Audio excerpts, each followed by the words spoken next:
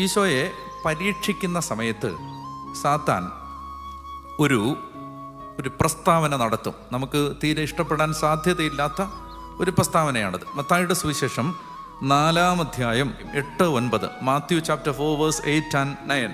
വീണ്ടും പിശാച് വളരെ ഉയർന്ന ഒരു മലയിലേക്ക് അവനെ കൂട്ടിക്കൊണ്ടുപോയി. ലോകത്തിലെ എല്ലാ രാജ്യങ്ങളും അവയുടെ മഹത്വവും അവനെ കാണിച്ചുകൊണ്ട് അവനോട് പറഞ്ഞു, നീ സാഷ്ടാംഗം പ്രണമിച്ച് എന്നെ ആരാധിച്ചാൽ ഇവയെല്ലാം നിനക്ക് ഞാൻ തരാം.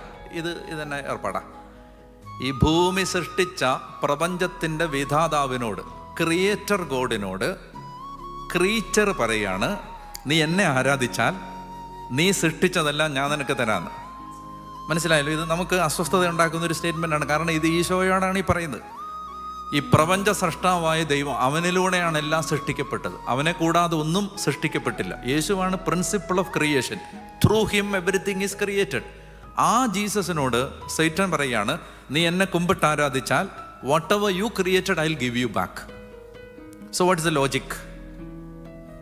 അപ്പോൾ ഈശോ പറയുന്നുണ്ടോ പന്നത്തരം പറയരുത്, വൃത്തികേട് പറയരുത്, നാണം ഉണ്ടോടാ നിനക്ക്? പറഞ്ഞോ? ആ സ്റ്റേറ്റ്മെൻറ്റിനെ ഈശോ കോൺട്രഡിക്റ്റ് ചെയ്തില്ല. That means he approved it. That means ഇതെല്ലാം ആരുടെ കയ്യിലാണ്? അപ്പോൾ അതെങ്ങനെ അവൻ്റെ കയ്യിലായി?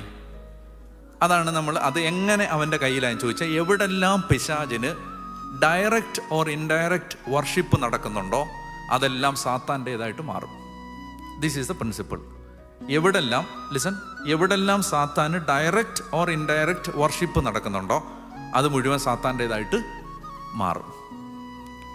അപ്പോൾ ലോകത്ത് അനേക രാജ്യങ്ങളിൽ, അനേക സ്ഥലങ്ങളിൽ this is owned and operated by Satan.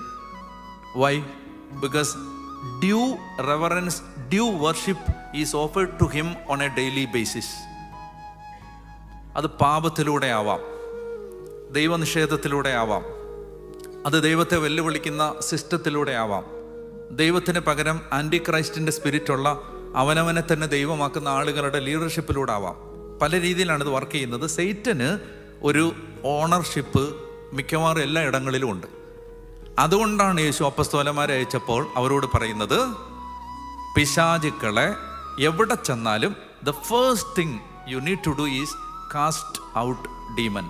ആ അതോറിറ്റിയെ ബ്രേക്ക് ചെയ്യുക. ദൈവരാജ്യം വളരാത്തതിൻ്റെ ഏറ്റവും പ്രധാനപ്പെട്ട കാരണം ഈ കമാൻഡ്മെൻറ്റിനെ നമ്മൾ സീരിയസ് ആയിട്ട് എടുക്കാത്തതാണ്. എവിടെ ചെന്നാലും നമ്മൾ മനുഷ്യരോട് ഫൈറ്റ് ചെയ്തുകൊണ്ടിരിക്കുകയാണ്.